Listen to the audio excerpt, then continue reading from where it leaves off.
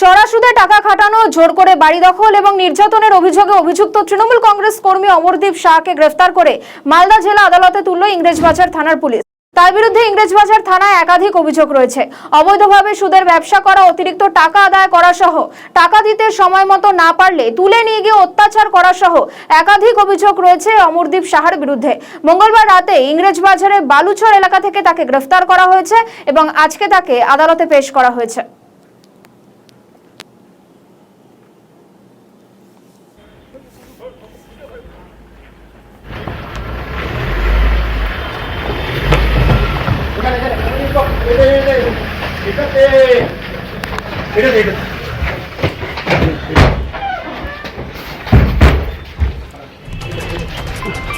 আমাকে তোমাকে কি কারণে হয়েছে?